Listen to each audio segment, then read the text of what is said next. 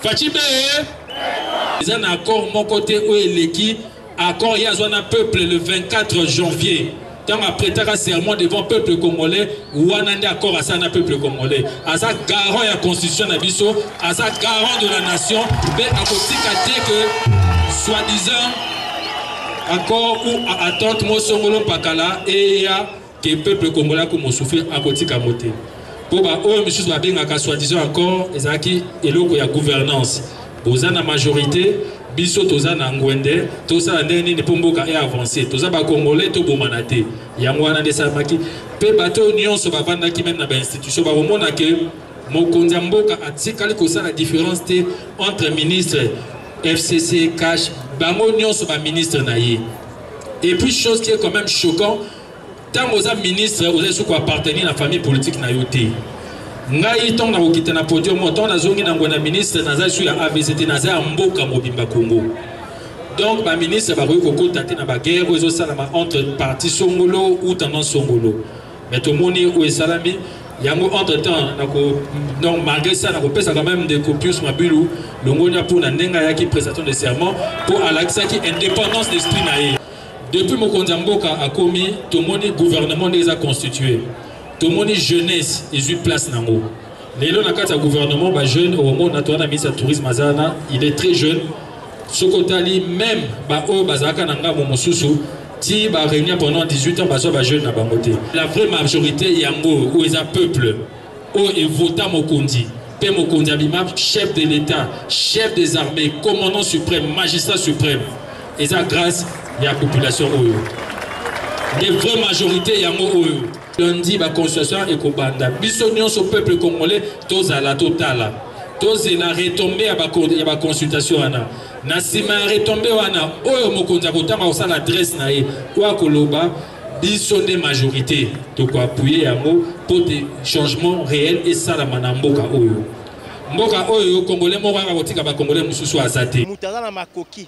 Mutazana légitimité populaire les alliés Félix Antoine Tshisekedi Tshilombo et ba majorité na bango na mike ba kendo sa ya ba kikuku wana wana ba majorité ba calcul majorité yango population oyo so bazo bimo majorité bango ne ba pesa ba voix voilà donc tozana sima ya mokonzi na biso Félix Antoine Tshisekedi Tshilombo to ko soutenir ye na ba action so ko loba oyo za consultation oyo za so par boma pe parlement to ala sima na ye.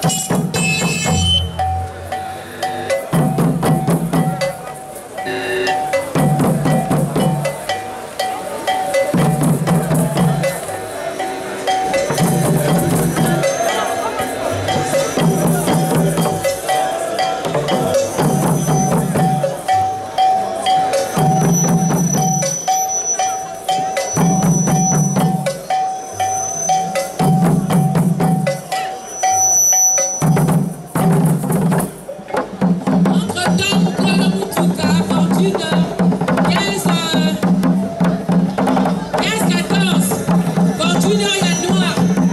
Soki akoki koaide biso abouche mutuka na yo. Merci.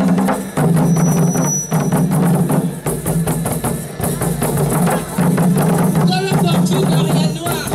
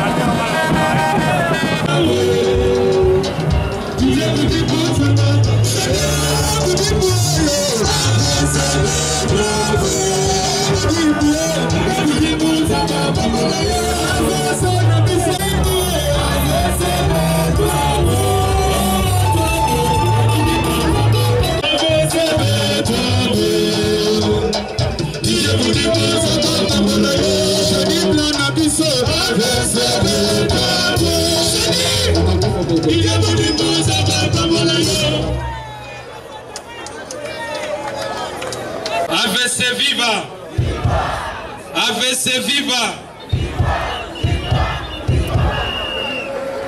Et à Liboso, on a représenté mes excuses pour la mort retard, mais tout bien maki na ba responsabilité mususu ou les APK na cadre parti de autorité qu'on réalisé.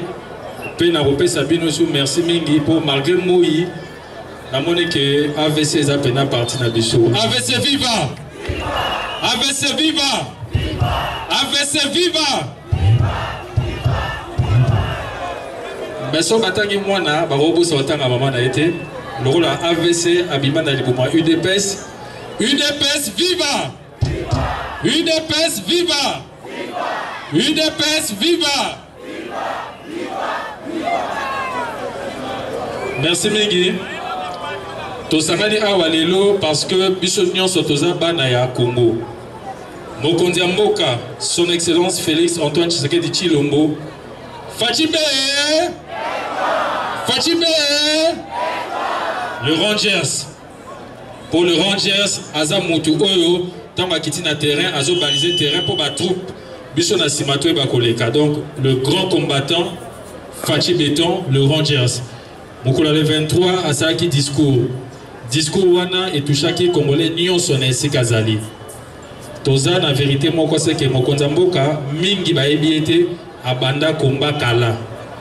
À vivre vie na mobimba na combat. Akendaka même temps bakangaka papa Etienne batindaka ye na village yazalaka wana.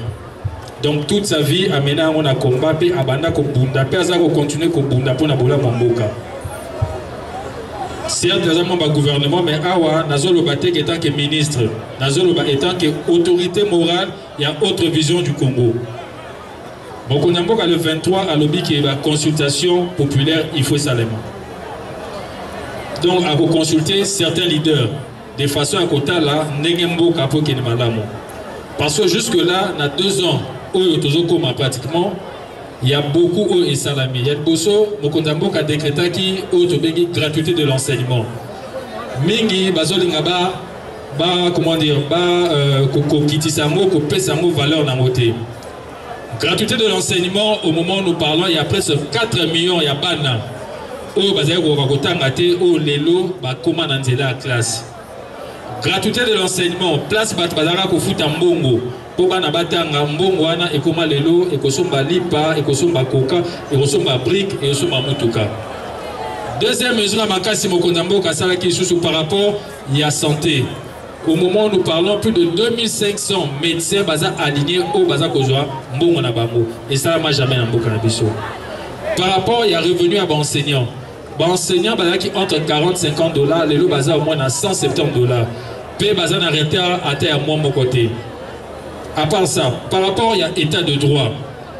Nabamboule les cas qui montent à ça n'importe quoi, à Zomindaku, à Liefoufou, à Tali TV à l'aise. Les lots moutunions sont comme l'engela. Pe les lots n'est dans le baki dernièrement, d'ici tout comme on a mboule zoya, tout comme on a par rapport. Avec ce viva! Avec ce viva! Tout comme on a par rapport il y a rendement, où est-ce que ça à niveau de l'économie en Boka? Tokomona ke musala ezako salama. IGF, inspecteur général à finance, on attend wakala azaka na impact azala moté lelo, mais lelo a commis soka koti na bureau batunyo so bakbazu pagay. Wana nyo seza pona ko asseoir état de droit. AVC viva. AVC viva. Donc dans la baboye, bokonzamboka na vision na ye. Le chef de l'État a yate pour n'avoir pas condito pour envoiement. Pe na lobaki amo dernièrement. Tina mokolo lelo, Fachi Béton le Rangers, nanu asombi ata 1 mètre carré ta lopamo quelque part. Azako sala pe azako bunda pona bola mona biso pour lobby ba congolais to wa kozala dine. Depuis mokonzamboka a commis tout moni gouvernement déjà constitué. Tout moni jeunesse et eu place nango. Lélo na kata gouvernement ba jeune au moment na ministre du tourisme azana il est très jeune sokotali même ba o bazaka nanga momosusu ti ba réunir pendant 18 ans ba so ba jeune na bangote mais leur jeune lélo ba se retrouver dans le gouvernement parce que mokonzanga qui a rajeunir au ba bengi classe politique qui veut dire que jeunesse mutazo kanisa jeunesse azo kanisa lobby jeunesse ne kozwa relève. D'où Mokondamboka, ce qu'il est en train de faire, il ne le fait pas pour lui, il le fait pour Nabiso, pour Napana Nabiso. D'où jeunesse les reçoit relève. Ma consultation pour les Salama. Et c'est qui moko Nabiso, Biso Nyon Nakati Nabiso, tu vas terroriser en gros. Pour ceux qui te terrorisent en moté, ils ont mal à monter. Pourquoi ils ont mal à monter? Tous la majorité moko mécanique où ils ont mis en place. Mais la vraie majorité, il y a un mot où ils ont peuple, où ils votent Mokondi. Chef de l'État, chef des armées, commandant suprême, magistrat suprême. Et ça grâce à la population. Les vraies majorités, il y a un mot. Fatibé, cette majorité, il faut continuer aussi à Mokondamboka. Tout ça, la marche Moko aux 80 millions contre 99 sénateurs. Les autres moni comment Bandeko O Bazo Lukaba garder Mboka na état ma bezalaki n'engel les lots comme agité. Na baba balelo balobi biso moto bokamwe bato baloba te lelo bakomo loba pona discours il y a 6 minutes 6 minutes Mokondamboka lobaki a fini motute alobi clairement na bandi mandat nanga ya moto qui na 2e année bandeko to tambola nazo monezo kene mopandi alors il faut na benga bandeko nyonso o nyonso ebi kaza leader o avant na kuna je pense au Katumbi o Bemba bino nyonso boyana nawa bo pesa ba idée na bino na ba idée bo pesa mokonda tala neni a regarder makambo pona bien na biso nyonso soki idée à chef de l'État le garant de la nation ezalaki que ami voix misato vanda na eka kaboe ayanga zanati na kosala babilo kwa na nyonso te pour ngaka vanda na ngwende na ye. Mais à l'OBI, ça ne peut pas continuer. En 2 ans, certes, va avancer Salami, mais pas à niveau OIE aligné Salama. alingi salama alingi ekende au-delà d'où yango lundi ba constitution et kobanda biso nyonso peuple congolais tozala totala tozela retomber ya ba consultation wana na sima retomber wana oyo mokonza kotanga osala adresse na ye kwa koloba biso de majorité to ko appuyer yango pour des changements réels et salama na mboka oyo congolais mo ba kotika ba congolais mususu azate ezate ke yo donc bato mususu bavandi batambola toujours on va na mutu azana groupe yekune pane kure katana te be ba voisin ne so kure katana to on continue na système wana te tozana ba richesse ebele et ko permettre congolais nyonso akwa ko se retrouver na bane o eleki PIB na biso ezalaki supérieur même na o Afrique du Sud ezalaki égal na o ya Canada soki mboka o ekambamaka bien je pense que ingexa Eldorado ya Afrique na seria kala bato balongwa ba mboka mususu po ba rotanga na Congo mais lelo ekoma compliqué lelo ba congolais nde tokoma ko bima pour na reconnaître mayele ailleurs pour tozonga trouver ko continuer bongoté trouver ko continuer te que ezala peut-être 2% ba congolais bazoka 80 millions d'habitants en otage et tokomona ngona mikolo koyaka tant ba élection koyaka kaka na mbongo bazui peuple congolais ya mone ba robimisa pour na ko corrompre na polo na t-shirt pour te ba voter bango pour ba ko faire perdurer système ya mabe ou ya prédation ou ezonyo ko la peuple mokonza mboka lobi a ko marcher bongo te pe alobi boye ezana accord mon côté ou eleki accord ya zona peuple le 24 janvier tant après ta serment devant peuple congolais ou anande accord à ça na peuple congolais à ça garant la constitution na biso à ça garant de la nation mais à kotika te que soi-disant accord ou attente mo songolo pakala et ya que peuple congolais comme souffrir à kotika moté pour ba o monsieur ba benga ka soi-disant accord ezaki eloko ya gouvernance bozana majorité biso toza na ngwende toza ndeni ne pomboka et avancer toza ba congolais to bomanate yango wana de samaki pe bato nyonso bavanda ki même na ba institution ba romona ke mokonzi mboka atikali ko sa la différence entre ministre FCC cash bango nyonso ba ministre na ye et puis chose qui est quand même choquant tant aux ministres aux sous quoi appartenir à la famille politique na yote ngai ton na okita na podium ton na zongi na ngwana ministre na za sur ya AVCT na za mboka mobimba Congo donc ba ministre ba ko kota na ba guerre ozo salama entre parti songolo ou tendance songolo mais tout moni ou salami yango entre temps na ko donc malgré ça na ko pesa quand même des copies mabulu longonya pour na ndenga yaki prestation de serment pour alaxa qui indépendance d'esprit na ye toza ba membre gouvernement toza ko appartenir na formation politique mon côté soki mokonzi mboka aza le seul sur 80 millions d'habitants nous autres on a une institution ata oza président ya assemblée moko boto ya elo moko mavonga oza institution te oza président institution mais yé aza institution yé moko soki akoti awa yé moko aza institution et je pense que mutu o 80 millions d'habitants bavandisa na ngwende faut opesa respect makasi pe yango na baki to sangana lelo pona exhorter bino tomilengela na nenga mibale ya liboso nanu par rapport au mokonza mboka bandi comme démarche to se préparer pour te soutenir une éventualité nyonso. Deuxième chose tomilengela pour ma ponami ata yesi côté na 2023 koya il faut tozwa majorité. Il faut to préparer yango sikoyo. To préparer yango na veille. Yango président fédéral na biso à Kinshasa, Brèche. Ata yeba kité, ayeba ki siège assassiné.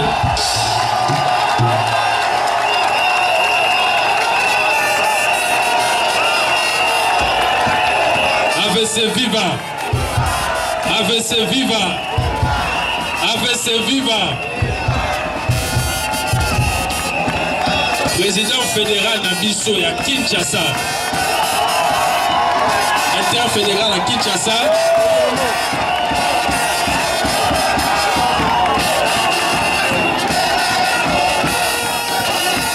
Il est CG assez assigné qui m'a quitté. Tolobaki Torosa la surprise Awa. Oyende a diriger désormais ma fédération Nyon sur la ville à Kinshasa.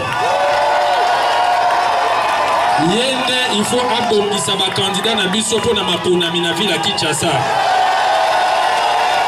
Yende, il faut abimisa la biso ba leader d'opinion na chaque coin ya Kinshasa.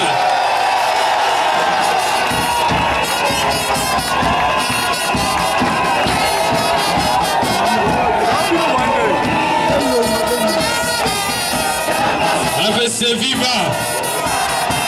AVC viva! AVC viva! Aouti ko démontrer yango parce que mutu oyo avandeli kanyaka to avandeli esengo aroki kosala la déclaration oyo asala kité. Aouti kosala la déclaration pe azobanda ba constitution lundi. Na kosenga lisusu na lisusu ko exhorter tozala prêt ya ko soutenir ye tozala simanae na éventualité nyonso ezala dissolution. So ka la assemblée ko ya biso to na simanae. So ki parle du gouvernement sika biso to na simanae. Fachime Congo kalezalaka ovandi po na koloba bozo banga.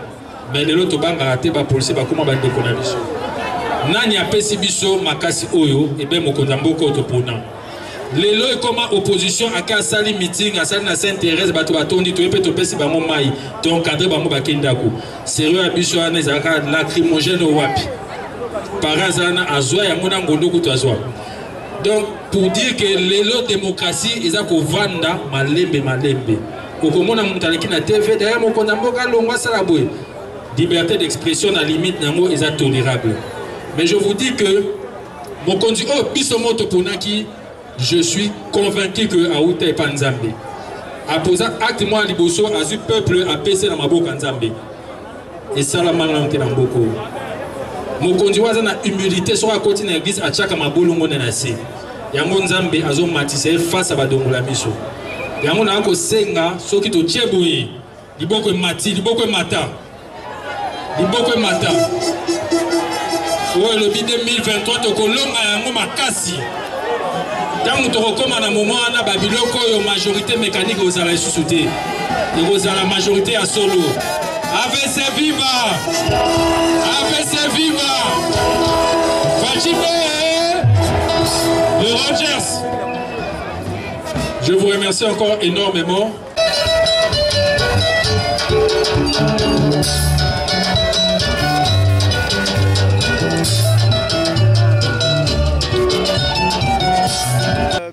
Benelux, donc moi je représente la Belgique, il y a la fédération Belé, Angleterre, France, et ainsi de suite. Quand le président de l'autorité morale, pour soutenir l'action de Félix Antoine Tshisekedi Tshilombo. Donc voilà, tout le monde Misika, les Congolais sont à Congo, à l'étranger. Mais nous sommes parce que il faut changement et côté. Voilà. Le message, il y a le ministre à retenir, et le mot c'est que Moutaza Makoki, Moutaza na légitimité populaire, les alliés Félix Antoine Tshisekedi Tshilombo. Et la majorité na bango na mike ba gondo sa ya bakikuku wana weza ba majorité ba calcul majorité yango population o nyo so bazo bimo majorité bango nde ba pesa ba voix. Voilà, donc toza na sima ya mokonzi na biso Félix Antoine Tshisekedi Tshilombo to ko soutenir ye na ba action so ko loba o eza consultation o eza so par bon parlement to ala sima na ye. Voilà, c'est tout ce que moi je peux